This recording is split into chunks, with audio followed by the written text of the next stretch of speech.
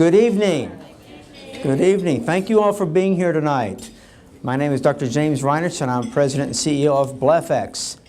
And I appreciate you guys taking time out from your evening tonight to come in and listen to me talk at you for about an hour and a half. And then we're going to have a wet lab here later on in the presentation. We'll have a little test for our lid hygienist getting certified.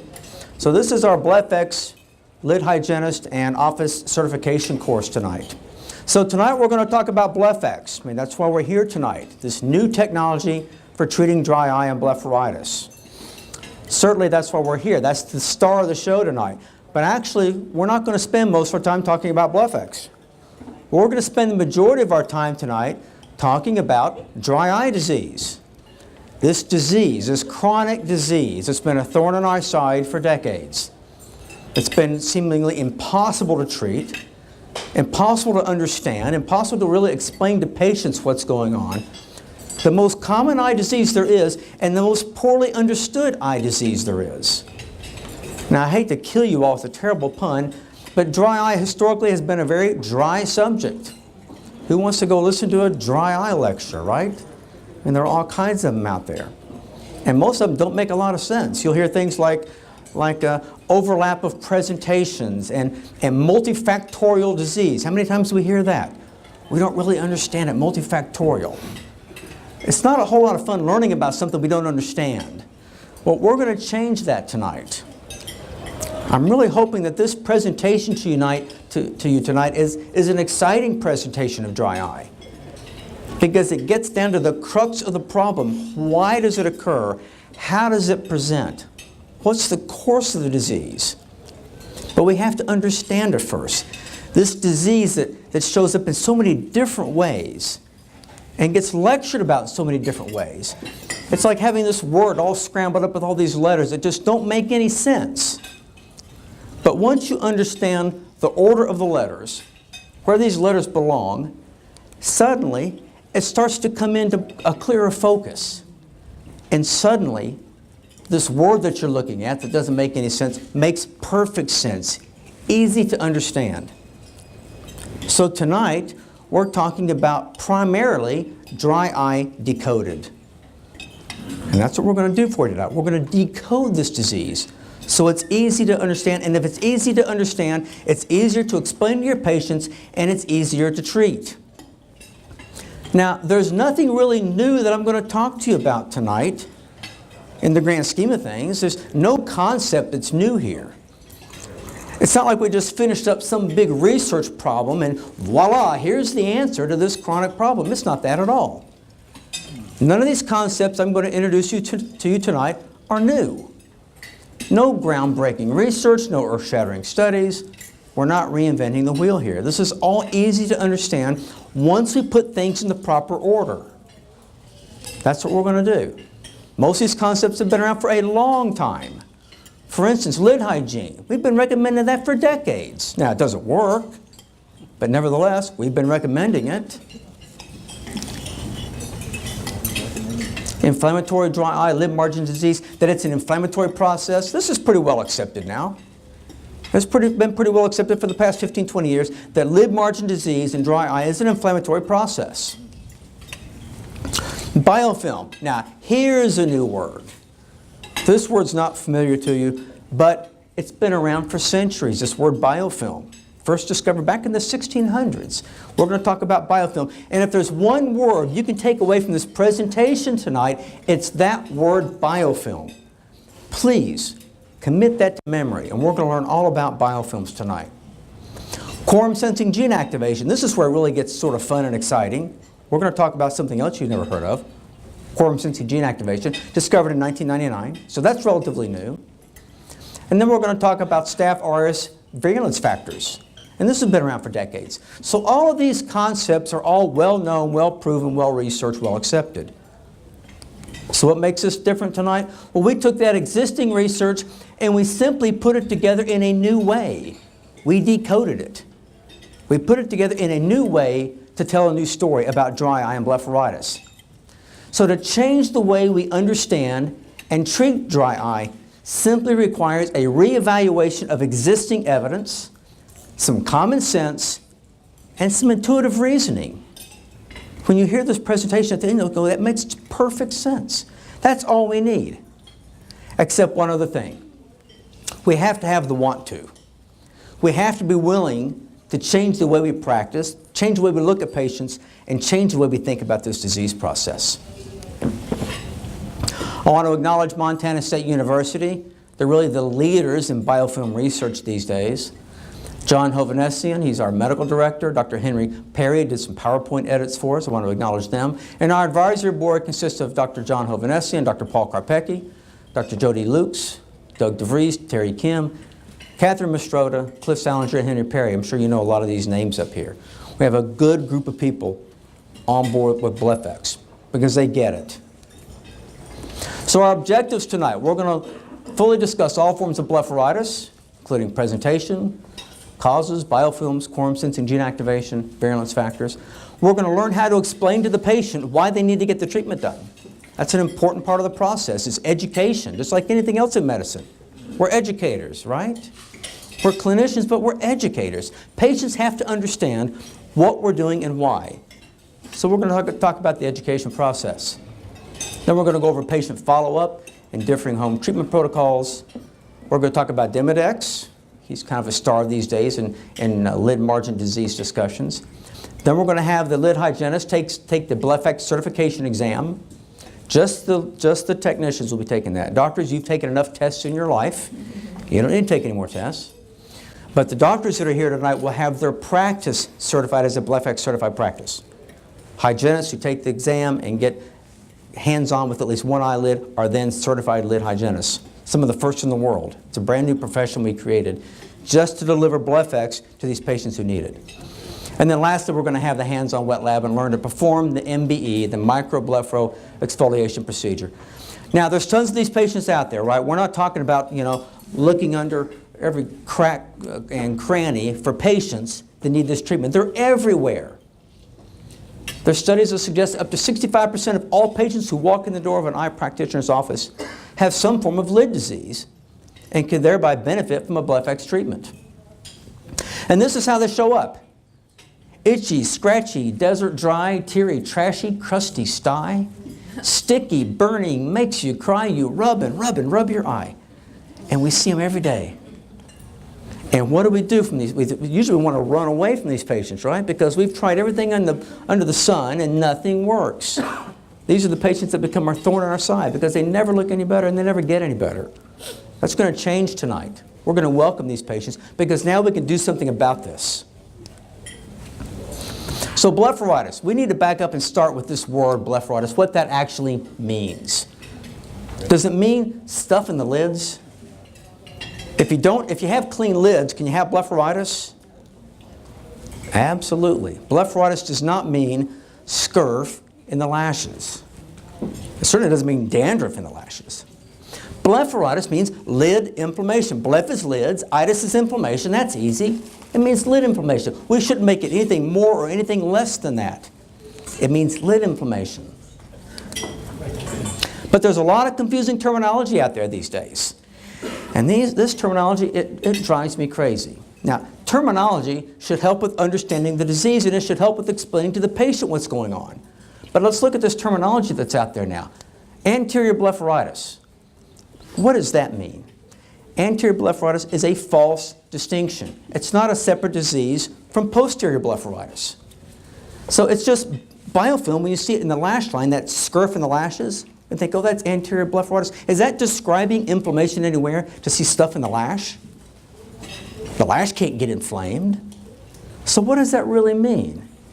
It doesn't describe the state of inflammation within that lid. All types of presentations can get stuff in the lash line, including MGD patients. So you see this with all types and stages of lid disease. You see with MGD. So if you have MGD and anterior, if you have posterior, what are we going to call that? Anterior posterior blepharitis? Pan-blepharitis maybe? When you involve the lacrimal glands? It doesn't help the discussion. Posterior blepharitis, same thing. It's a false distinction. It doesn't mean anything. It just means we notice that the Meibomian glands are affected. Evaporative dry eye disease is present. But is that blepharitis or now is it dry eye? Because a lot of us have been taught to think that those are separate disease processes with a lot of overlap that we don't really understand. So is MGD posterior blepharitis, or is it evaporative lid disease, evaporative dry eye? You can have aqueous insufficiency along with it. So what happens when you have that dry lake bed? Is that still posterior blepharitis? Or maybe that's superior blepharitis because it's involving the lacrimal glands. You see, it doesn't make any sense. Lacrimals involved, we call it panblepharitis. No. Staph blepharitis. As opposed to what? Doesn't all blepharitis involve staph? That's the normal flora of the eyelid margin. All blepharitis involves staph. And this is the one that really gets me, seborrheic blepharitis. I first heard that term, I thought, I've got to figure out what they're talking about with the seborrheic blepharitis. Had a hard time wrapping my brain around that term. I thought, well, it must have something to do or be similar to seborrheic dermatitis. Seborrheic, same word, right? And in medicine, the same words should mean the same thing across different fields of medicine. So it must be similar to seborrheic dermatitis. Well, let's see. What is seborrheic dermatitis? Well, seborrheic dermatitis occurs in younger patients. It's areas of inflammation that are rich in sebaceous glands. And you get these maculopapular rashes, it's sort of itchy, you get this greasy secretion. Waxes and wanes, which means it comes and goes. You get these raised rashes. I mean, again, younger patients, that's not like anything I've ever seen on an eyelid before. Here's my favorite slide. Bon appetit. Eat up. Eat up. Come on. Seborrheic dermatitis. You don't see this on the lids. This waxy stuff like this. So come on. Let's get rid of these terms that might sound good, but they don't mean anything. They don't further the ball down the field. They don't help us understand or explain this disease process. So forget anterior, forget posterior, forget staph, forget seborrheic. It's just blepharitis. We're going to make it so simple. And that's the key here. We need to make medicine simple, not complicated. That lets us be better doctors, right?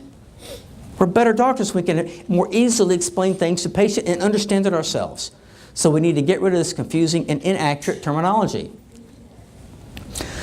This is a syndrome. Dry eye and blepharitis is the same disease. Now, if you want to use an acronym, D.E.B.S is a good candidate. Dry eye and blepharitis syndrome. This is one disease process that's going to explain everything you see in the lid margin. So D.E.B.S, same disease. Dry eye is simply a late manifestation of blepharitis, and we're going to talk about how and why that happens. So it's all blepharitis. So how should we talk about it if we want to converse with one another? If it's all the same disease, how about we talk about it in stages? Stages will tell us where it is in that eyelid and what's affected. Stage 1, folliculitis, which means inflammation of the follicles. Stage 2, Meibomitis, loss of your lipid layer. Stage 3, lacrimalitis, to coin a new phrase or a new term, involvement of the lacrimal glands, the accessory lacrimal glands, leads to aqueous deficiency. And then stage 4, you can actually get lid destruction. Ectropion, entropion, floppy eyelid syndrome. You see, when inflammation starts in that eyelid, it takes no prisoners. Everything's affected. So we're going to go through each one of these stages. So stage 1. Now come on, guys. Who uses or still uses the term lash dandruff? I'm glad to see nobody raising their hands. We know what dandruff is. Now, does that look like dandruff? But we had nothing else to call it, right? So it was stuff that was hung up in hair. So we thought, oh, let's call it dandruff, lash dandruff. It's not dandruff. Anybody want to guess what that is? What those chunks of stuff are? What's the most important word to take away from here tonight? Biofilm. This is biofilm. We see it every single day. Except we didn't know it was biofilm. Like plaque on the teeth is biofilm. This is biofilm. This is a little chunk of biofilm that used to be stuck down here on this lid margin. The biofilm will extend from your lash line all the way back to the lid wiper. The entire lid margin has a biofilm. You just can't see it well back here. And we've never been trained to look for it. But back here it's tightly adherent, it's translucent, you see right through it. So we just look right past it, we don't even know it's there. But it's there. And when these lashes grow, a little chunk of biofilm will get stuck to it down here, and the lash grows, and out it comes. Here's a chunk here. There's a chunk right there getting ready to be pulled off. So that's what those little collarettes are. That's just little pieces of biofilm. And that's why you see them at different places along the lash, because the lashes are all growing at different times. Now that makes sense, doesn't it? Didn't you ever wonder how that stuff got up there? Did it just crawl up from the lid margin? Or did it actually flake off like dandruff from the upper eyelid? Did you ever wonder that? It's all along there. It's just the lash is pulling it off. Does that make sense to everybody? That's what a collarette is. It's a biofilm that got pulled off, a little chunk that got pulled off the lid margin.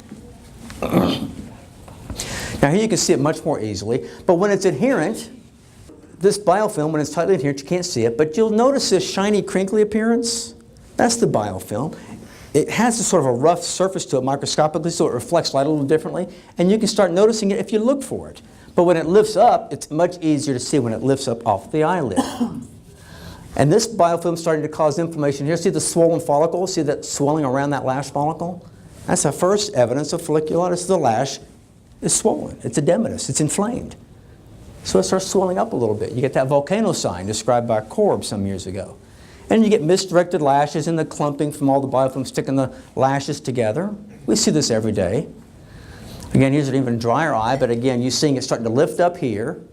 Here it's tightly adherent. There it's just starting to lift up, and that'll eventually pull off, and you have a little chunk that'll extend on out as that lash grows. And let's look at the follicles. Look at the swelling here, the swelling there. You can see swelling of the follicles because they're inflamed. They're starting to get damaged from low-grade chronic inflammation. Oh, and just to back up, the glands of mole here, you have some distichiasis going on here. They change from an oil-secreting gland into a hair follicle gland. So there's inflammation going on there. And you get areas of lash loss here. There's matarosis. You get areas, again, biofilm, chunk being pulled off. So it's in front of us every day. So many patients we see every day have these exact findings. And now we know what we're looking at. We're looking at biofilm being pulled off. Now, why is folliculitis always the first manifestation of lid disease? It's anatomical, and it's easy to understand why it's always first. Look at the space between the lash and the tissue. So if there's a biofilm forming up here, like plaque on your teeth once again, we'll get into that a little bit more, but just if there's a biofilm forming here, you can imagine it's very easy to go right down alongside this lash. And the lash bulb gets affected very early on from inflammation. And you start to get damage to those lash bulbs. Always first. Now let's talk about Meibomian disease, Meibomitis. Here's some healthy oils being secreted. We're not here to talk about healthy oils. Here's this frothy appearance you get from the Meibomian secretions when inflammation starts. You get saponification of the oils, and you get actually sort of a soap being produced there. So patients early on with Meibomian disease say they get that burning feeling. It's like a soap. So early on you get that frothiness. Now this is non-obvious Meibomian gland disease. But look here at the little pores where the Meibomian secretions should be. See that little pale? Can you see it back there? I don't know how well this is lighting up. See the little yellowish spots here? Can you all make those out? Yeah. These glands are stopped up. They're not producing. This is non-obvious Meibomian gland disease. We'll talk in just a minute about why that is. But here we have Meibomian disease now. So they've had their disease for some time. Now let's go up and look at the lashes, which tends to get ignored once you start getting Meibomian disease. We forget all about the lashes, but let's look. Look at the swelling, swelling, swelling, swelling. Anytime you see Meibomian gland dysfunction, look at the lashes. You'll already have folliculitis. It's the same disease. It's just stage 1, stage 2. You can't get to stage 2 until you've had stage 1 for who knows how many years, 5, 10, 15 years. Probably different in everybody. So Meibomian gland disease. Obvious Meibomitis, this is when you start getting that pouting, that inspissation, that little capping here. Obvious inflammation here. Again, look at the lashes. Do you see swelling of the follicles around the base of the lash? Sure, every one of them. Look at your patients. You'll find that is true. You'll have 100% follicular involvement. If you know what to look for the swelling around the base of the lash. Anytime you have Meibomian involvement. Here, there's some nice blockage. I hear doctors sometimes say, well, it's keratinization back here. There's a little keratin deposits. Well, why would that keratin decide to just accumulate over each Meibomian gland orifice? It's not keratin. There's no study out there that shows that there's keratinization. We need to lose that term. It's not keratin. Easy to understand. It's just biofilm. This is biofilm here that's down in the Meibomian gland trying to get out. Here's some right there, almost that little ropey appearance that you see when you express them. That's the same stuff as that, isn't it? That should be pretty obvious. This just isn't being squeezed out yet. It doesn't have that little ropey pattern yet. Again, look at your follicles up here. Look at the swollen follicles here at the base of the lashes. Once you start losing lipid layer, you also lose where your natural antibodies come from in the tear film. So the bacteria causing all this love things even more there because fewer antibodies. How many of you all express? Heat and express your glands. Heat and express your patients. Squeezers, squeezers. Good. I'm glad to see that. I think that's a good thing to do. Got to get this stuff out of there. The Meibomian gland has a hard time getting it out all by itself. Now, eventually it may, but heating and expressing and getting that out of there really jumpstarts those Meibomian glands, so that's a good thing to do. But again, this stuff right here, they say, well, it's sludge. Well, yeah, it is. It's a poor Meibomian product. It's a sludgy lipid, but it's mixed heavily with biofilm. In fact, it's probably mostly biofilm with some poor Meibomian product mixed in. Well, why is it always secondary to folliculitis? Again, it's anatomical. It's easy to understand. Look at the size of the lash follicle here. And now let's look at the size of the Meibomian gland.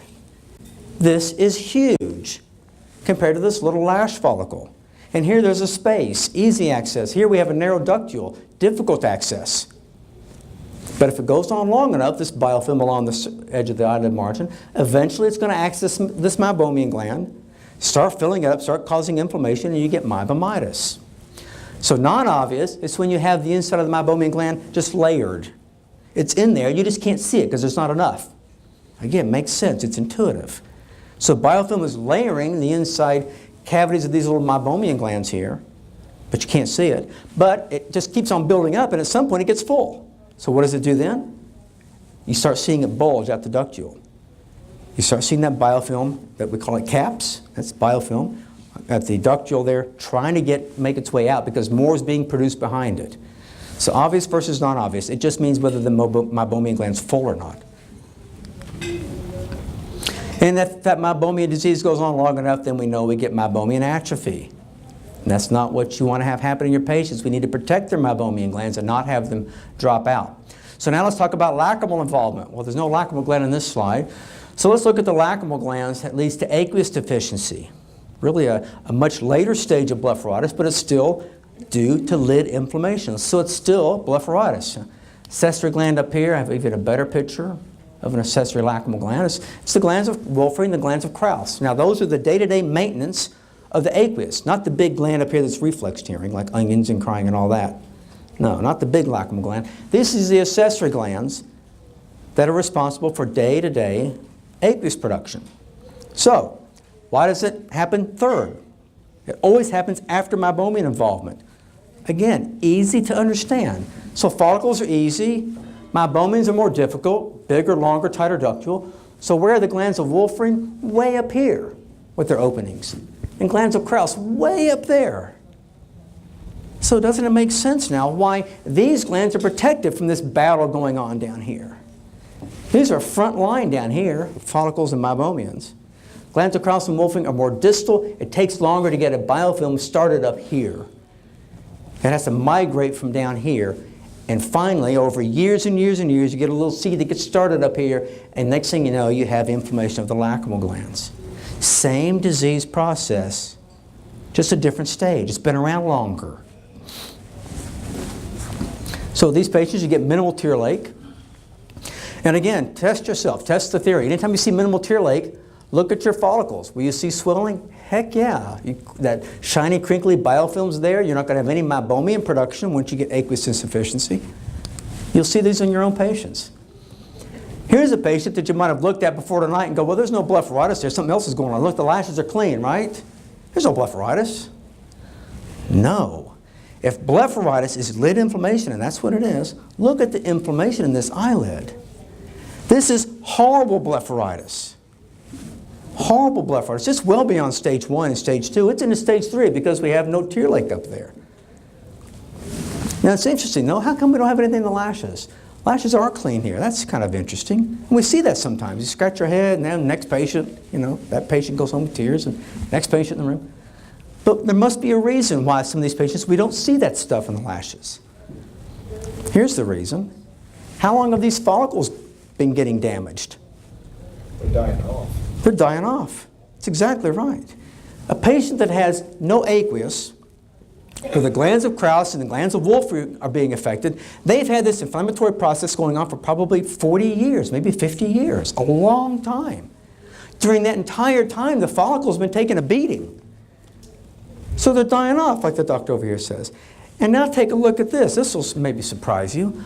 Look at the size of the follicles. They're huge. Can you make out that swelling back there on this plasma screen? They're absolutely huge. Look at this. It's this whole area. Can you appreciate that back there? These follicles have been edematous and swollen for years. So yeah, they're dying off. Look how few lashes you have. You know, sometimes you've got to back away from the forest to see the trees. Look at this. Just take a look. So few lashes here. These are the little old ladies that come in and say, "Doctor, my lashes have fallen out. They're not regrowing back in. I can't wear mascara anymore." Because they've had 40 to 50 years of chronic lid inflammation. And their follicles are so diseased and so damaged that these lashes are barely growing. So that's why nothing gets pulled off the lid margin. These lashes are barely growing at all anyway, so they're not pulling anything off. So now it makes sense why sometimes you don't see stuff here. Because these follicles are just about shot. Nothing getting pulled off. And then more of this stage of disease with no tear lake up here and then horrible disease up here in the follicles. If you look for it, you'll see it's there. Every time. You won't have one aqueous insufficiency patient without noting you'll also have Meibomian gland disease. And you won't have one Meibomian gland disease without pulling that slit back and noting that you have follicular disease as well. It's easy to understand. It's just stages. So anytime you have a low tear lake, you'll always see swollen follicles. Another example here. Now think about in your clinic, how many times you have a patient that walks in and they say, "Doctor, my eyes are irritating and I got tearing all the time and I blink and my vision changes and they're hard to refract, impossible. Every time they blink it changes. And God, you got to start all over again." Difficult patients. And you examine them and you check your tear breakup time, it's almost non-existent. And you back up and you tell the patient, "Well, you have evaporative dry eye disease." And they look at you and they think, "Weren't you listening to me, doctor? I have tears running down my cheek. How can I have dry eye?" Every one of you in here has heard that complaint, right? All the time. "How can it be dry, doctor? I got too many tears." You weren't listening. You're thinking about going and playing golf at the end of the day. It's a hard sell to these patients to try to explain the lipid layer and your aqueous parts evaporating. They just don't get it and they don't quite believe you maybe, okay? And we see it all the time. Now I'll ask you this question. Have you ever, even once in your entire careers, ever seen it flip-flopped? Have you ever seen a patient walk in that says, "I've got oils running down my cheek, tons of lipid everywhere, healthy Meibomian glands chugging away, and no aqueous"? You don't see it. It can't happen except maybe in a Sjogren's disease or some autoimmune process. We're not talking about systemic autoimmune diseases here. You don't see it. It can't happen. You need probably 15, 20 years of Meibomian disease before it ever manages to get to those lacrimal glands. You never see it. Does that make sense now? Think, wow, I get it now. That proves it's not a separate disease because it always follows in chronological order, always follows Meibomian disease. It's the same disease process. It's just a different stage. You're just further along down the road once you get aqueous deficiency. And then stage 4, well, you can actually get lid destruction. So inflammation just doesn't stop at the lacrimal, accessory lacrimal glands. Inflammation just keeps on going, and it destroys anything in its path. We know that about inflammation. It's a destroyer typically wherever it is, whether it's rheumatoid, sarcoid in the lungs, ankylosing spondylitis in the back, you name it. Inflammation destroys things by and large. And it's no different with blepharitis. The lid gets destroyed and leads to entropion, ectropion, and eventually floppy eyelid syndrome. These are all manifestations of chronic, persistent, every second of every day inflammation going on in the lids. It's no wonder they end up like this over 50, 60, 70 years. Here's a patient you see every day. He comes in, he's typically maybe that 80-year-old Caucasian patient. His lids look horrible. And you do your exam and you back up, you say, tell me how your lids feel. And he says, what are you talking about, Doc? My lids feel fine. You see those patients with severe disease and they say, oh, I'm fine, no problem.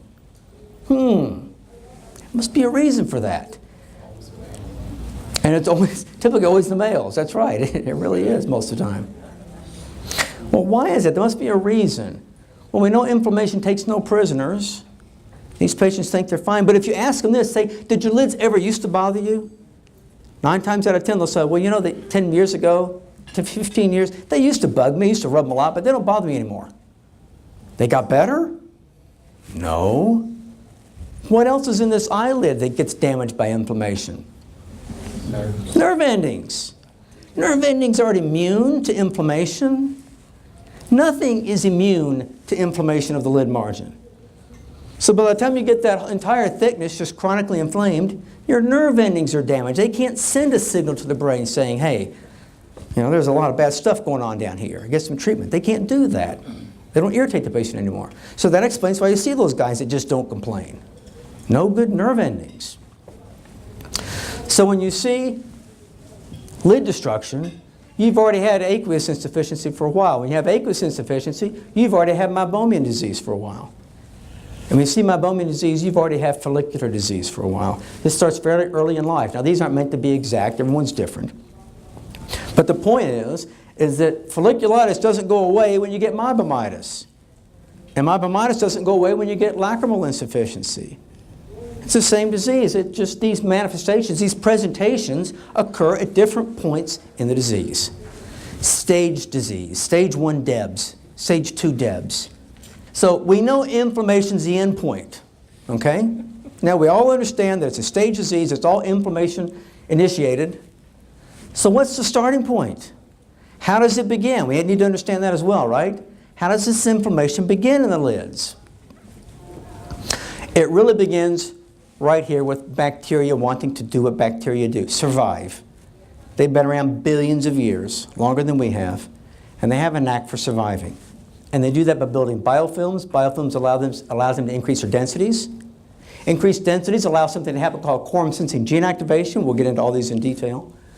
Quorum-sensing gene activation, the genes turn on, produce bacterial virulence factors, and boom, inflammation. This is a stepwise process that goes on the eyelids. And it all starts with the bacteria. Now here's a biofilm. It's essentially one way to think about it. It's this big bacteria fortress. It provides a place for the bacteria to live. It provides a place for the bacteria to evade host response, the immune responses. So it's a great place for bacteria to live. All bacteria produce biofilms, especially Staph aureus and Staph epi. So it provides protection against the host. Here's another way to think about biofilms. Think about biofilms as a big slum apartment complex versus a single family home. So when you're 10 years old and you really don't have much of a biofilm yet, you've got a single family home on your lid margin. But when you're 60, 70 years old and you have years and years and years and years of biofilm buildup, it turns into a big slum apartment complex. You can pack thousands of bacteria in this slum apartment complex and very few in here. So the biofilm allows the bacteria to increase their densities tremendously. Their numbers can go way up because they have more substrate within which to live. This biofilm is a polysaccharide. It binds water. Bacteria need water to live. So apartment complex versus a single-story home. That's another way to think about these biofilms. Their numbers go way up. Now, according to the Montana State University, biofilms grow virtually everywhere in almost any environment where there's a combination of moisture, nutrients, and a surface. Sounds like the lid margin to me. Throw in a little bit of heat, and you've really got a great environment for biofilms. They can grow at the bottom of oceans and on glaciers in Antarctica. They're everywhere. We just don't know it, but they're everywhere. Watnick and Coulter wrote a great article in Journal of Bacteriology. Biofilm, city of microbes. In most natural environments, association with the surface in a structure known as a biofilm is the prevailing microbial lifestyle. Not the exception, it's the prevailing microbial lifestyle. This is how they live, as opposed to planktonic, which are free-floating bacteria. Free-floating bacteria just floating around, they don't live very long. They don't survive very long. Too many things are willing to destroy them or eat them. They live in biofilms. It allows them to linger in a favorable microenvironment rather than being swept away by the current. So this is, again, how biofilms live. It's not the exception, it's the rule. Here's a little free-floating bacteria. I just can't go with the flow anymore. I've been thinking about joining a biofilm. All bacterias, they want to live in a biofilm. An example of biofilm, plaque on the teeth, I've mentioned that. If you ever have a bucket of water sitting outside that maybe your dogs drink out of and you change the water out every so often, you feel that slime inside, that's biofilm. If you ever waded in a stream barefoot and slipped on a rock, you slipped on a biofilm. They're everywhere throughout nature. This is how bacteria live. We just never realize that they're on the eyelid margin, but they sure are. We've known about them since 1684, when they were discovered by Anthony van Leeuwenhoek, who perfected the microscope. The number of these animalcules in the scurf of a man's teeth. Interesting use of this word, scurf. He used that word when he didn't know what he was looking at. Does that sound familiar? Scurf. We can do better than in eye medicine. We don't need to call it scurf anymore. They used that word back in the 1600s about plaque on the teeth. So many that I believe they exceed the number of men in a kingdom. So he was on to biofilms back in 1684. Here's a picture of a biofilm by the NIH. And biofilms are implicated in all these diseases, and the list is growing continually. These things are implicated everywhere because this is how bacteria live. It's a sticky polysaccharide like sugar. It's a sugar product made by bacteria. This is a great study looking at biofilms after cataract surgery. Okay, so they took 55 eyes and did the normal cataract prep with povidone iodine. And they even did a conj wash with 5%. Had uncomplicated cataract surgery at the end of the case. Before the patient went home, they swabbed the conj. Right then, after all this betadine, they swabbed the conj, and 16 eyes were culture positive with 34 different bacterial species, 34 isolates. 24 of those isolates were weakly positive for biofilm. 8 were moderately positive, 3 were strongly positive, only 2 were negative. So even after a cataract surgery and going through a betadine prep, you can still demonstrate biofilm-forming bacteria on the conj and on the lids. And we wonder where endophthalmitis comes from? Don't wonder anymore. You get a biofilm bacteria started up inside the eyeball after a cataract case, you've got endophthalmitis and a good chance of losing the eye. So they're everywhere. Here's a biofilm in a pipe. Biofilms are really a plague in industry because they stop pipes up. Now imagine this pipe is about 1,000,000 times smaller and it's hooked on the other end to a Meibomian gland. Now it becomes clear. It's what's stopping the pipes up. Because that's all that ductule is coming out of a Meibomian gland. It's just a little pipe. And bacteria are everywhere forming these biofilms. So very easy to stop up the little Meibomian gland ductules with biofilm. This is supposed to be a clear shower curtain, but you put a confocal scanning microscope on it and you'll see a biofilm on your shower curtain. Here's a good one. Any moms in here that, or dads, that drop the binky and pick it back up and shove it right back in the baby's mouth? On your second child. First child, of course, it goes in the sterilizer and, yeah. Second child is you pick it up, spit on it, wipe it off, and back in the mouth, right? It looks relatively clean, right? Let's look at the base of it. A nice, thriving biofilm population. These things are all over the place, but you can't see them without this confocal scanning microscope. Throw in a little carpet fibers there. You see that's hit the floor a few times. They're everywhere. Sink strainer, we've all got these in our house. There's a biofilm flourishing on the bottom of a sink strainer. Because you have a surface, you have nutrients, and you have moisture. You're going to have a biofilm. And lo and behold, here's a lid margin. And what do we see on the lid margin? A biofilm. See it peeling up back there? It's a biofilm. Here's some little collarets that are getting ready to be pulled off this lid margin here, and they'll be stuck to that lash as it goes out. Here's some pipe stemming over here. Did that biofilm wrapped around that lash just climb up there? No. That formed around that lash when that lash is back down in there. Right? That makes sense now. You see that pipe stemming, that sort of that long, what do we call cylindrical dandruff? It's supposed to be pathognomonic for D.E.B.S. It's not. It's just biofilm. But it sounded good, right? Pathognomonic for D.E.B.S. We'll get into D.E.B.S. in a second. This formed around the lash, and the lash is down in there. The lash grows, and out it comes, and you can see it. It makes perfect sense. You would expect it not to do that. So there's biofilm. Incidentally, here's some little D.E.B.S. down here. So by the time you have biofilm so bad that it's forming little pipes stemming around your lashes, many times you will have Demodex. But it's not a direct 100% association. The longer you have this biofilm, the more likely you are to have Demodex, because you shake somebody else's hand that has it. They just rub their eye because they're irritated, right? They have Blepharitis and Demodex and dry eye. They rub their eye. They got Demodex. They shake your hand. And if you have Blepharitis and you've got a biofilm and you've got a fertile field and you wipe your eye, you've got Demodex. And you're ready to get it to the next person who has this nice biofilm layer here. This is a fertile field. So we wonder what Demodex are doing up there. They're eating. Look at it's like cattle grazing in a pasture. Look what they have to eat there. And it's sugar. How much better does it get than that for these Demodex? They're scavengers. So they have no problem. That just, again, reiterates the biofilm coming down here, forming around the lash, and the lash going back out here again. But here's a little Demodex. So the biofilm is a polysaccharide, perfect food source. So if we can get rid of that biofilm, we also get rid of the food source for Demodex, and in a small way we control the populations of the Demodex organism. So biofilms, again, they migrate by detachment, dispersal, rolling, rippling, all kinds of ways of migrating. So that's how they migrate along the lid margin. They just ripple out and spread out along the lid margin over time. They get to those glands of Krauss and Wolfram, probably by either rolling or dispersing, pieces breaking off. Eventually, gets in the tear film and gets up in those glands of Krauss and Wolfram, and a great new place to grow a biofilm. These bacteria don't fool around. So why do these bacterial biofilms build up? Well, the lid margin, it's the only place on your whole body, one spot, never gets washed your entire life, and that's your lid margin. Think about that. One place. You can't just go to the sink and wash your lids like you can wash your hands. So no wonder these biofilms build up year after year after year. They never go away, and they get thicker and thicker. And you get this vicious cycle. More bacteria, more biofilm, more biofilm, more bacteria. So we need to break that vicious cycle. So that increased density allowed by the biofilm. So now we know we have more bacteria. Bacteria live there, normal flora, same bacteria, we all have them. Now we know we have a biofilm, so the densities go up. Well, so what? What difference does it make if we have more bacteria versus fewer bacteria? We're not talking infection here. More waste.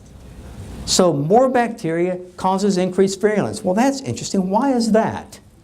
It's the same organisms. Here's where I think it gets fascinating and gets kind of fun. When you learn about something called quorum sensing gene activation. Discovered at Harvard, 1999, by Dr. Woody Hastings. And he discovered that bacterial populations, as a whole, can sense, can detect when they reach a certain quorum or a certain density level, a certain population level. They can sense that. And when they sense that, genes activate that weren't activated prior. And these genes are producing exotoxins, lipases, superantigens, like in toxic shock syndrome. And all of these virulence factors are being dumped out onto the eyelid. So your eyelid essentially becomes like this Springfield toxic waste dump. It's like your follicles and your Meibomian glands and your lacrimal glands get to live in that toxic waste dump their entire life, because nothing ever makes it go away. Imagine living there and you just can't get out. Eventually you're going to be affected by these virulence factors. In fact, what amazes me is how long those Meibomian glands actually produce oils in the face of this chronic inflammation. So quorum sensing gene activation, a fascinating concept. How many of y'all remember toxic shock syndrome? A few are old enough to remember that? Sure. And this is a superantigen produced by Staph aureus. Superantigen produced by Staph aureus. Same thing on the eyelid. They can kill a woman. If it can kill a woman, what's it doing to our glands every single second of every single day? Is it any wonder the Meibomian glands eventually give up and the lacrimal glands eventually give up? So a superantigen, like in toxic shock syndrome. Well, here's a regular antigen being presented by an antigen-presenting cell to a T lymphocyte to activate this lymphocyte, activate the inflammatory cascade. Here's where inflammation comes from, T lymphocytes. They think they're doing their job. So they get activated by a normal antigen because the antigen fits this little guy's arc and fits his arc exactly, and boom, they got a match. So not every T cell will have this same shape. Some might be square or zigzag or whatever. And there's lots of antigen-presenting cells that don't have that shape, but if that antigen comes along and meets these two guys and gets them together, now you've got inflammation going on. So what about superantigens? How do they work? Well, they're a little different. They don't need to match this shape here. They don't need to be specific. They just come in and grab this guy and say, you guys are getting together. And they slam them together. And boom, all your T cells become activated. That's what happens in toxic shock syndrome. All the T cells become activated because of the abundance of a superantigen, just slamming these things together.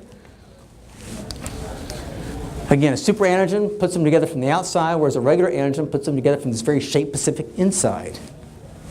Same thing here. Triggers an excessive immune response. So that stuff's going on the eyelids. Any wonder there's inflammation going on there? All the T cells are being activated. Toxic shock syndrome, Staph aureus, colonies here in a biofilm producing these superantigens. Easy access to the epithelium here, and next thing you know, you have toxic shock syndrome. So the way to think about quorum-sensing gene activation producing virulence factors is to think about a small group of people all getting along Sunday afternoon, getting along fine, peace sign, duh, selfie, all that. Now multiply them by 1,000 and give them torches. These are the virulence factors.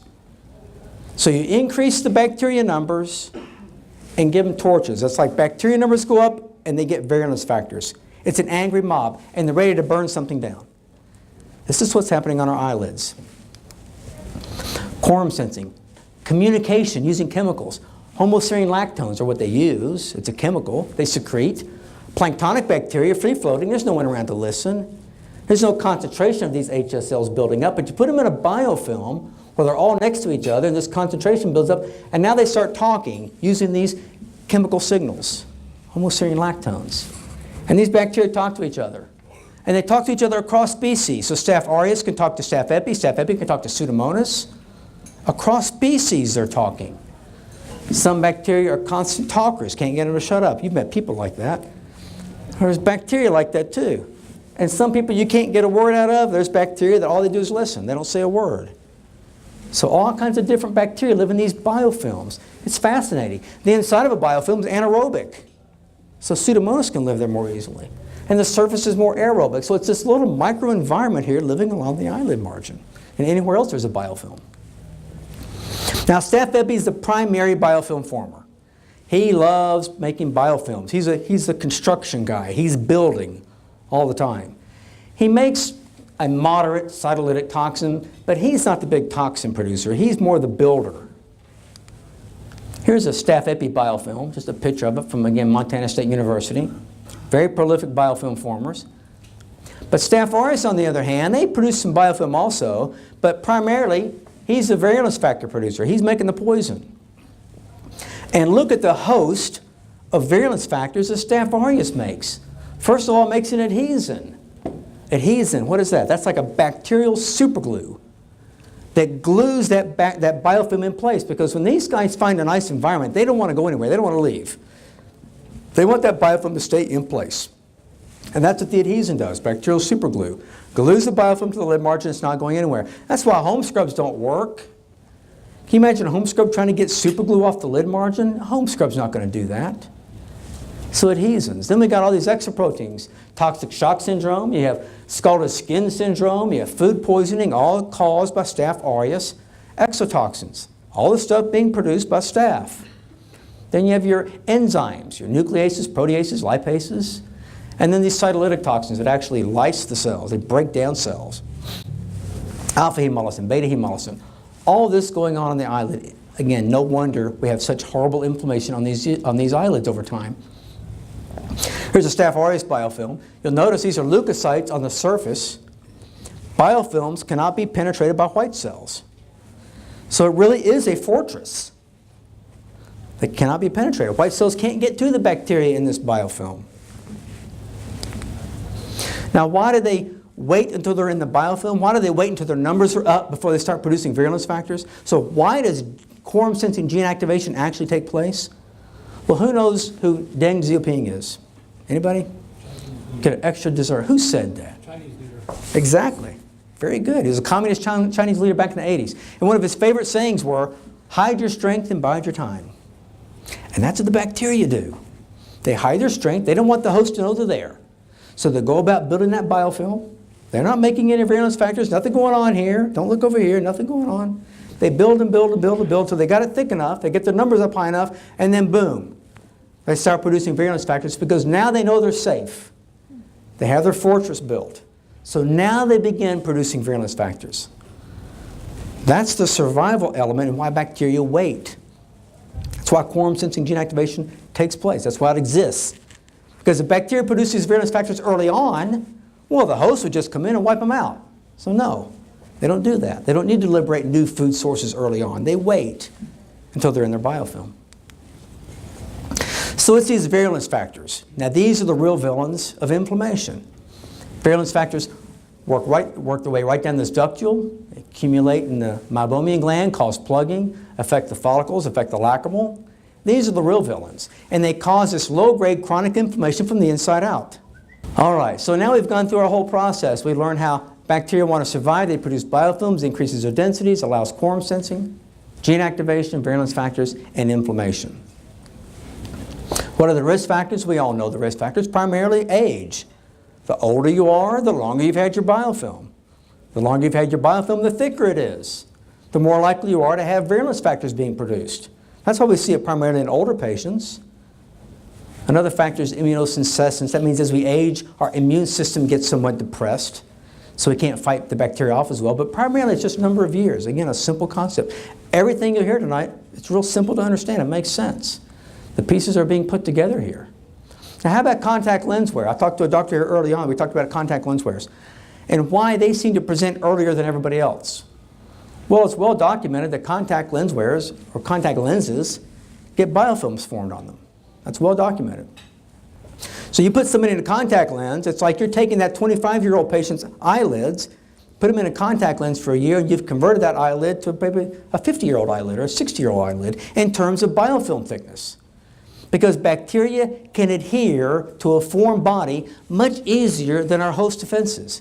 Then we see some children that come in with really virulent strains of staph and get horrible blepharitis as kids. We see those patients sometimes. It takes two things to happen in those kids. They have to have a very aggressive staph epi biofilm former, so really pounding out some biofilm early on, together matched up with a really virulent Staph aureus strain. And those two things together in a kid, you're going to get childhood blepharitis, but luckily don't see it that often. What's our treatment history of this disease? Well, home scrubs, baby shampoo, OcuSoft, Sterilid, Lid Hygienics, VisiClean. All these things all fail equally. All these home scrubs fail equally, and we know that. Anytime you see 10, 15 different treatments for one disease, what does it tell you about those treatments? Pretty good. None of them work. That's what I said. None of them work. That's right, excuse me. And that's how it is here. Now they've got in-office debridement with a Q-tip or a golf spud. Q-tip's completely ineffective. That's not going to remove that stuck-on, super-glued biofilm from the lid margin. Golf spud, that might give it a 10% of it. But a metallic golf spud being scraped across an inflamed lid margin, it's going to cause more damage than good, to be honest. It causes little micro breaks in the tissue. And you get easy early invasion of the biofilm and bacteria. So, not recommended as a way of debriding the lid. Now we've got LipiFlow, great machine. Love LipiFlow machine. Does something completely different. BlephEx is removing biofilm from the lid margin. LipiFlow gets the biofilm out of the Meibomian gland. So you heat and express, get that stuff out of there. Lets those Meibomian glands recover more quickly if we evacuate them and get that stuff out. But, so good machine. Yes, sir. But those people say that you're heating up the Meibomian tissue, the Meibomian stuff like 109 degrees, and that's, I can see where that might get rid of the oil, but the biofilm, which is a polysaccharide, wouldn't necessarily be vulnerable at that temperature. So very good. So you're exactly right. Two problems, and so it seems to be getting rid of one doesn't solve the other. Well, the heating doesn't really eliminate the oils. The heating just loosens the oils up, makes them more liquid, so then you can express them out and squeeze them out. And when you express, that's when you're squeezing out the biofilm. I used to do a lot of oculoplastic surgery, and one of the procedures we do would be a wedge resection. So you take out a sort of a chunk of eyelid, take a tuck in the lid, take out a wedge, sew the rest of them back together, tighten it up. And before that surgery, you put a clamp wherever you're going to make your cut. And every time you put a clamp on these lids, every time you see that stuff just rolling out of those Meibomian glands. You're expressing it right out with the hemostat. So it's got to get out of there, and LipiFlow is a great way to do it. If you can't afford a LipiFlow or you don't have one and you want to do a manual heat and expression, it's probably better than not expressing at all.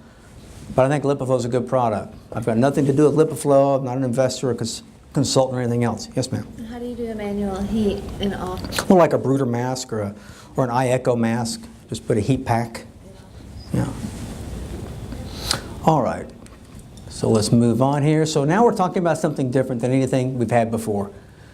Now, finally, we're getting around to BlephEx. Well, what's BlephEx doing? Why is it different? Well, BlephEx is a doctor-centered approach to lid health. We're taking that lid health, that lid hygiene, out of the hands of the patient, where it's been a failure for decades, and we're putting it in the hands of the doctors and the doctor's technicians. So we spin a microsponge, approximately 2,500 RPM along the lid margin, resulting in a completely clean eyelid. And I'm talking completely clean for the first time in some of these patients in 50 years. Think about that for a second.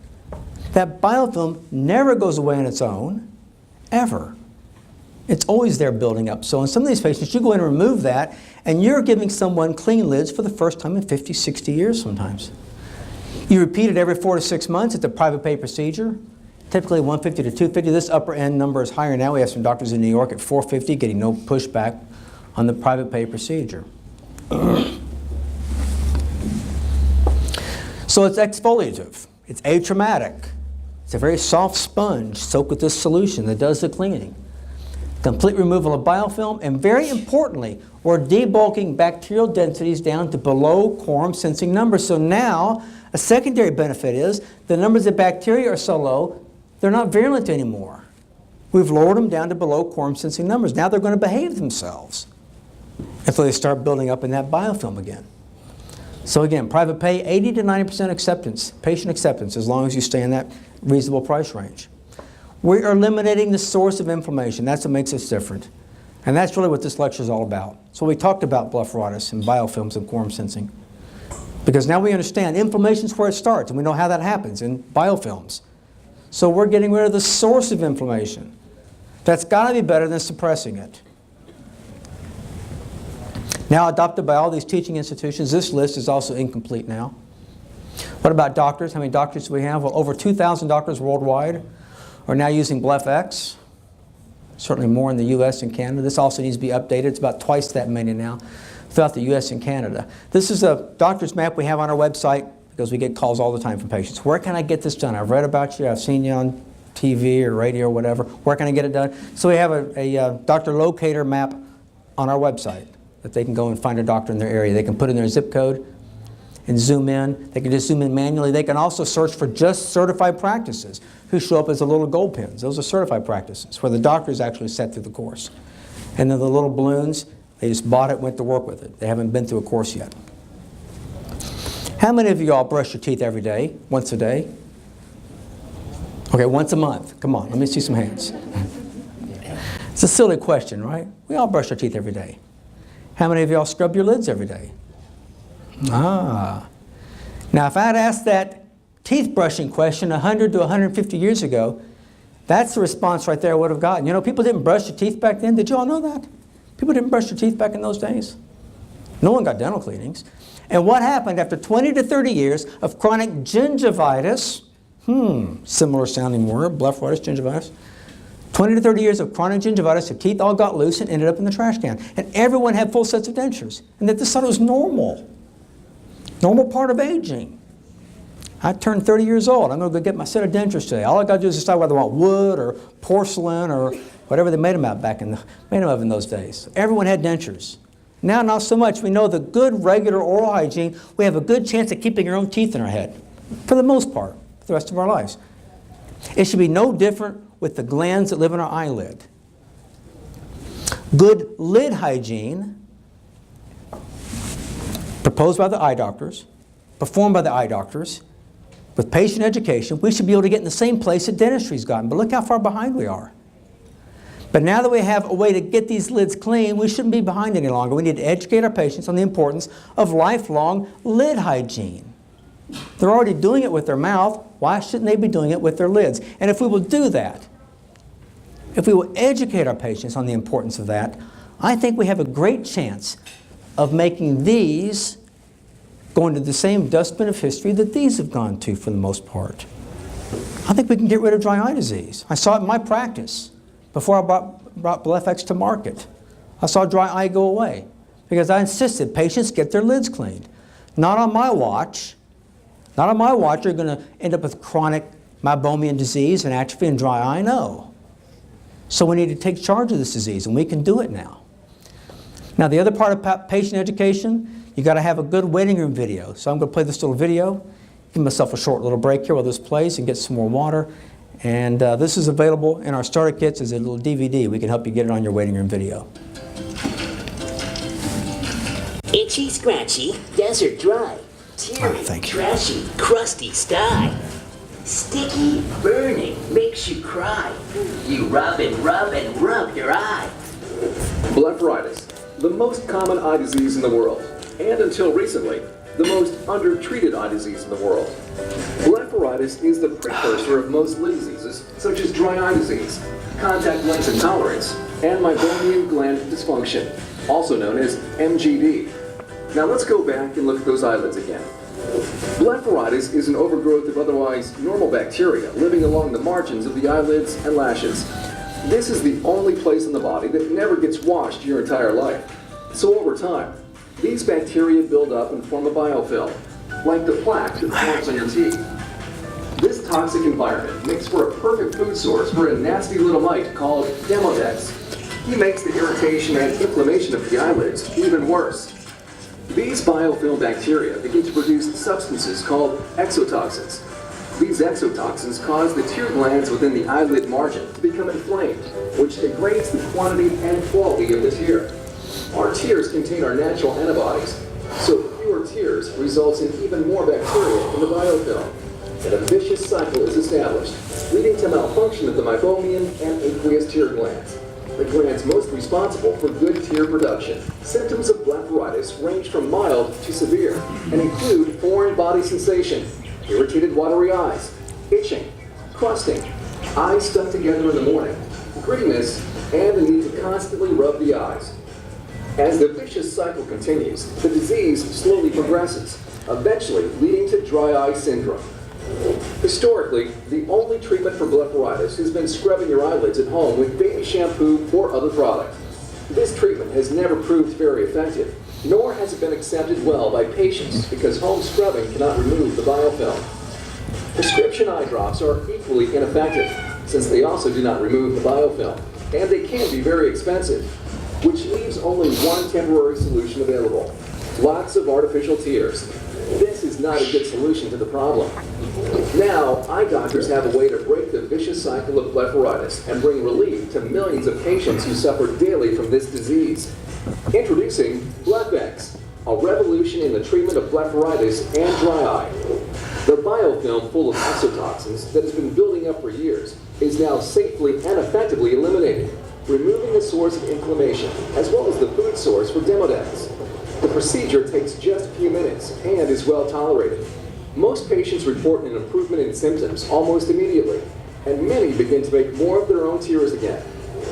BlephEx needs to be repeated at regular intervals to keep the disease from returning, much like going to the dentist and getting your teeth cleaned. By keeping your eyelids in optimal health, you should be able to keep free of blepharitis and keep your tear glands healthy and active for the rest of your life. BlephEx is not covered by insurance, but you will find the procedure to be very affordable, especially when compared to the hundreds of dollars spent every year on ineffective prescription drugs and artificial tears. Be sure to ask your eye doctor if you might be suffering from blepharitis, and if BlephEx might be right for you. Relief is finally here, so give your eyes a rest with BlephEx. So that's our little video that's available to all of our practices who have BlephEx. They can loop that and play that in their waiting room. So further on in the patient education process, we need patients to understand there is a vicious cycle going on in the eyelid. This is another poster that we provide our doctors. And they need to understand that bacteria increase as we age, that biofilm gets thicker, we start getting these toxins being produced, it causes inflammation, decreases tear production, that decreases the amount of antibodies, plus more years, we get more bacteria, and on and on and on, a vicious cycle. More and more damage from more and more inflammation. Explain that to the patients. They have a vicious cycle. And then you tell the patients this: we're going to break that cycle today before you go. I'm not letting you leave with that vicious cycle going on your eyelids. I'm not letting you leave with eyelids that look like this. We can't, because I know what's going to happen to your eyelids. I know what's going to happen to your Meibomian glands.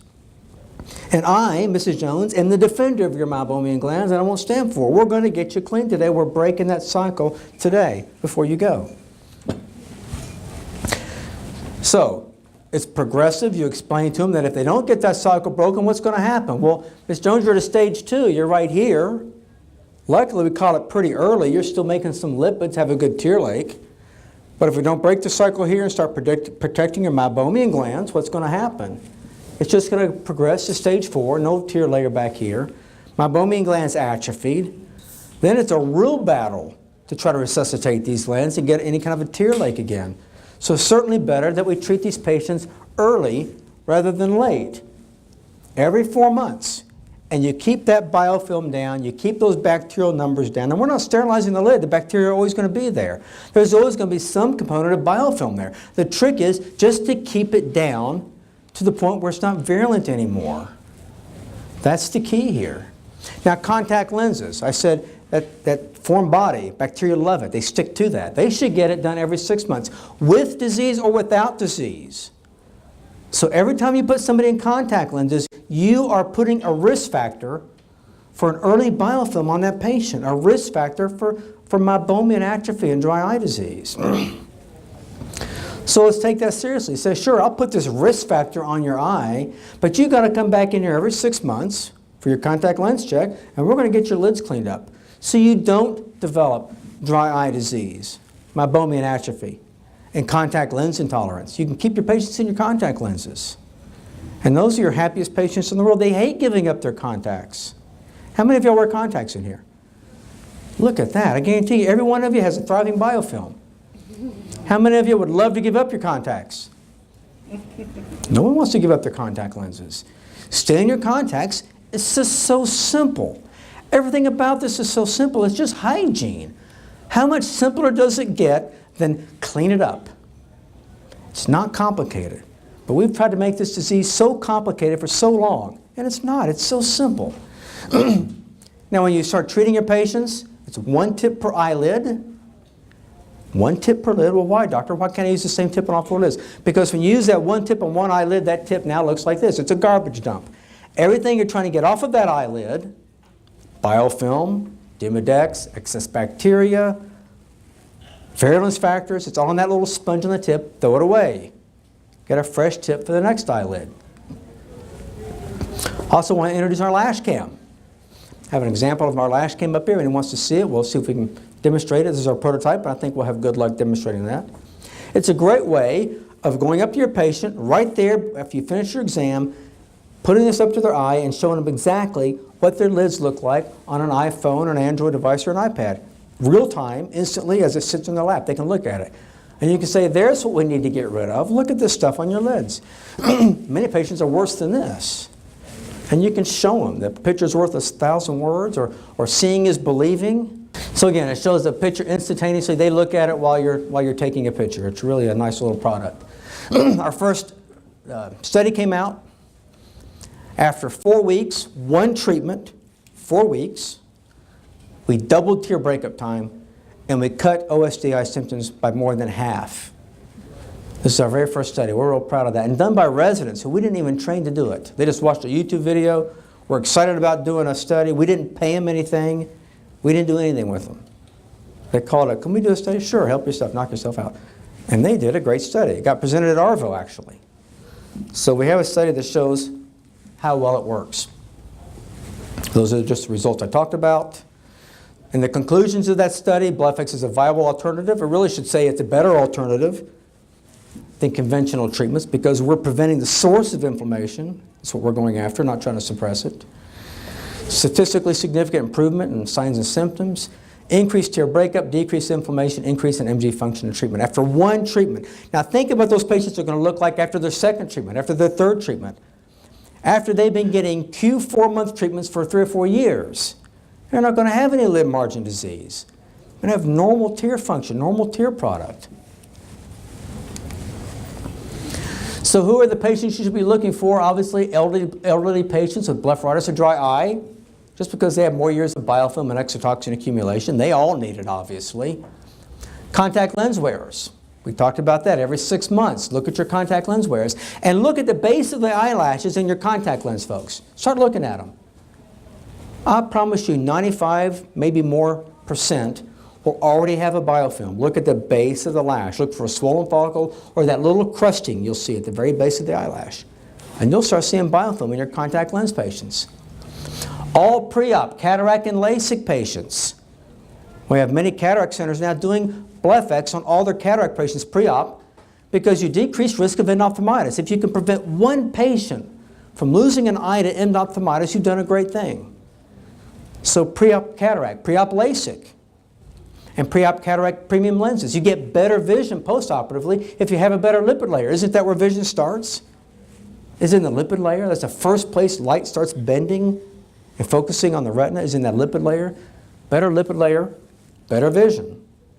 This is a real photo here. We've got a little video maybe we can show you here during the test.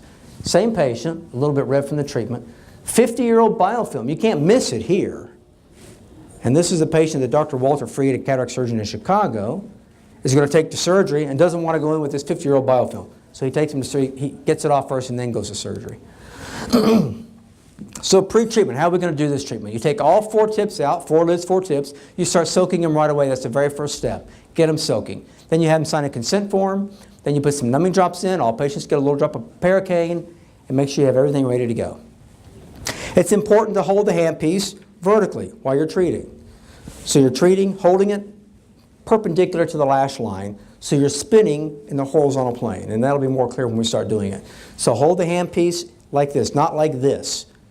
You hold it like this, now you're spinning towards the eye and away from the eye. The lashes don't like to be directed that way. They don't mind going sideways. So hold it this way so you're spinning horizontally. That makes sense? And it's a back and forth, variable, aggressive treatment. Just think that you're scrubbing a skillet out in the sink. You're really getting after it. You're not timid, you're not gentle with this treatment. A firm pressure is better than light pressure. It works better, and believe it or not, it's more comfortable. It's more comfortable. Imagine somebody walking up to your back and just barely touching you with their fingertips. Ugh, tickles like crazy, right? Get off of there, stop doing that. Now give that person a nice back scratching or a back rub. It's like, don't stop. I'll give you 30 minutes to cut that out. Feels good. And that's the same with BlephEx. A good, hard, firm pressure, it feels better than coming in trying to be timid and gentle. So every one of you tonight that's going to get trained, I'm going to be telling you, push harder, push harder, push harder. Don't get tired of hearing it. Push harder. Because it's counterintuitive. We all want to go in and be gentle and kind to our patients, right? And we think, I don't want to hurt somebody, and you've never done it before, so we just kind of go in and barely touch, and it tickles like crazy. So you have to be aggressive and push hard. So hard the motor almost stops. And you let it spin and treat for about 30 seconds. Hit the button again, reverse the spin, another 30 seconds. So you get a good, thorough, aggressive treatment. How many of you all are current BlephEx users? Got a fair number already and getting ready to be. Okay, good. And how many of you are here just to find out about BlephEx and maybe add it to your office? A few of you. Okay, very good. So you who are already using BlephEx, am I right? The harder you treat, the more comfortable. Have you found that out in your patients, maybe the hard way, or maybe you attended one of my lectures and you've been doing it from the beginning? Yeah, the harder you treat, the better it works and the more comfortable it is. And then when you finish one eye, you rinse it before you go to the second eye. The second eye is always going to be more sensitive than the first eye. That's just how the body is. It's due to nerve potentiations. One insult here, you go to the other eye, your nerves are all juiced up and ready to fire off more easily, and it's just more sensitive. It's just how the body reacts. Afterwards, it's optional if you want to put an artificial tear in. I've kind of gotten away from doing that. A combo drop is okay to use if they get a lot of redness. Some patients will have a reaction to the preservative in the lid scrub solution. It's an all-natural solution, and the preservative is radish root. Some people will react to that, and they'll get really beefy red and burning. So you put them on a little Tobradex, get them over the hump for 48 hours, and they're fine typically. Most patients report immediate improvement when you get done, and we'll find out tonight. We're going to put numbing drops in both eyes, and then don't let me forget, we're going to treat one eye, then we're going to stop, we're going to ask the patient to blink and see how they feel. And you can send them home on lid scrubs if you want. If patients like doing scrubs, sure, continue doing scrubs. But it's really not necessary anymore. because you're going to come back in here every 4 months and I'm going to get you clean here. So if your lid scrubs make you feel better, sure, go ahead, keep doing them, no problem. But you don't have to do them anymore, because we're going to get you cleaned up here in the office. Now, everybody comes back in 2 weeks. That's a typical follow-up. You have them come back in 2 weeks. Take a look at them. 80% are going to look good. 20% are going to have early recurrence. And say, gee, doctor, I paid you $200, and it came right back after 3 or 4 days. And you look at them, and sure enough, they've got some stuff going on there. Those patients, you can pretty safely make a presumptive diagnosis of Demodex. A Demodex infestation sort of stirring the pot.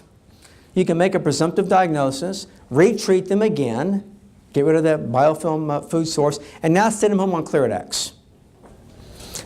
Do Clearadex wipes for 2 weeks. Make sure they close their eye until it's completely dry. Then they can open up their eye from the Clearadex treatments and see them again in 2 weeks. And what you'll find is then they look pretty good. So I think we can make a presumptive diagnosis that it was Demodex to start with. I never had time in my practice to twirl and pluck and all that. You can do that if you want, put it under a microscope. Or you can just make a presumptive, send them home on Clearadex. You're not going to do any harm, and most of the time you'll do a lot of good. You see them back and they look good at that point. But you want them back in at 2 weeks because you want to catch that 20%. You don't want them out there in the community saying, yeah, I spent all this money, came right back, didn't work, I'm not going back to him again. No, everybody comes back at 2 weeks. It's very important. And then if they come back again in 2 weeks and still are having issues, then you can pull some other tricks out of your bag, like doxycycline we talked about, or some azicite. But you won't need those things very often if you just keep their lids clean. So not only better medicine, better money, and happier patients. But it's worth mentioning the money part is important. We have to stay in business, right? I mean, it seems like anymore they keep cutting and cutting and cutting our reimbursements, and expenses go up and up and up. How do you make ends meet anymore? Well, BlephEx is a great new revenue source. You do a minimum of 2 patients a day, 5 days a week, charge $200 a treatment, that's $100,000 right there. Who in here can't find at least 2 patients to do a day? Just one in the morning, one in the afternoon. Now that's a minimum. We have practices making $250,000 treating just dry eye that used to walk out the door and be a thorn on their side. Now it's a new revenue source and a big revenue source. It adds up quickly. Happy patients are also practice builders. These patients are desperate for a treatment. Now they come in, they finally have someone take their symptoms seriously, do this proactive treatment, they feel tons better, their dry eyes going away, they're using their tears less, they don't need Restasis anymore. At some point you can take those punctal plugs out. These are happy patients. And they're going to send their Bridge Club members and their Sunday school members and all their friends and family to see the person who finally treated the dry eye disease, and that's you guys. So better medicine, better money, happier patients, and now you've got this great practice builder. You can carve out a niche. You can be the dry eye specialist in your area. Carve out the niche. It's there waiting for you. Now, did you know dogs get blepharitis? I bet you didn't know that. I didn't know that until I had a vet that came out to us at one of our conferences and says, I need one of those for my patients. Because a lot of these dogs get blepharitis. If you ever see Pooch going around rubbing his head on his arm all the time, or rubbing up against your chair, your furniture, or against your leg, you know, against your brand new Gucci slacks, that dog's rubbing his eyes, those little goopy eyes, he's got blepharitis. So they need treatment. So vets, whenever they put an animal under anesthesia for teeth cleaning, they'll do an eyelid cleaning at the same time. So vets get it. They understand it. You can also provide BlephEx in an eye spa. Just a softer, gentler kind of way of doing a BlephEx treatment. You can do it clinically. That's how I did it. I see it. You need this. Boom, done. You know, next patient. Or you can go set them aside in a special room with a little fountain, dim the lights, soft music. You get a little oil diffuser going on in the room. It's a little eye spa experience. You can upcharge it by $50 to $80 if you want. And the eye spa consists of this little oil diffuser. You can put these relaxing oils in the air if you want before the BlephEx procedure. Make everybody relax. Spray them in the face. A little of this relaxation formula. And then you go to your eye echo mask. First a little bit of heat. Then put your numbing drops in, a little moist heat, numbing drops. Then do your BlephEx procedure. Then follow that up with the mask again. Now it's cool. So these are the heat. These are the cooling beads. Just nice products. Again, we've got nothing to do with these companies. It's just a nice way of putting a spa package together. A little under eye ointment takes a little puffiness out. They feel better after treatment. And then one final spritz in the face before they go, just to make sure they're awake. So the most famous doctor ever once said, That sometimes the questions are complicated and the answers are simple. And who was that? That was Dr. Seuss said that. And that's how it is about this disease.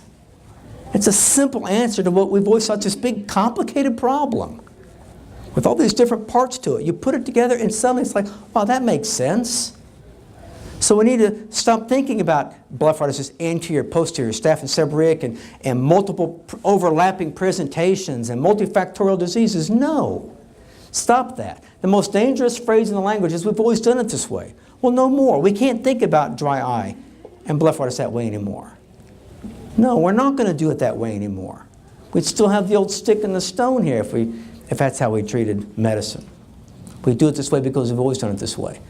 No. We can do it a new way now. We have BlephEx, we get the lids clean and get these patients on the road to good lid health. In summary, educate your patients on the importance of lifelong lid hygiene. So patients say, do I ever need to get this done again? Yeah, you come back in 4 months, go do it again. Well, how many times? Rest of your life. And they like this. Rest of my life, doctor. Any of y'all remember Sanford and Sons? Who was that? Well, Fred Sanford, right? I'm coming, Elizabeth. I love Fred Sanford. They act like that, like having the big one. The heart attack's coming, right? He's going to meet Elizabeth up in heaven. That's how they act. No, we have to do it for the rest of your life. You're going to brush your teeth the rest of your life, aren't you? So we need to keep your lids clean for the rest of your life. Take a proactive role in total removal of biofilm and exotoxins. Be proactive. Don't run from this disease anymore.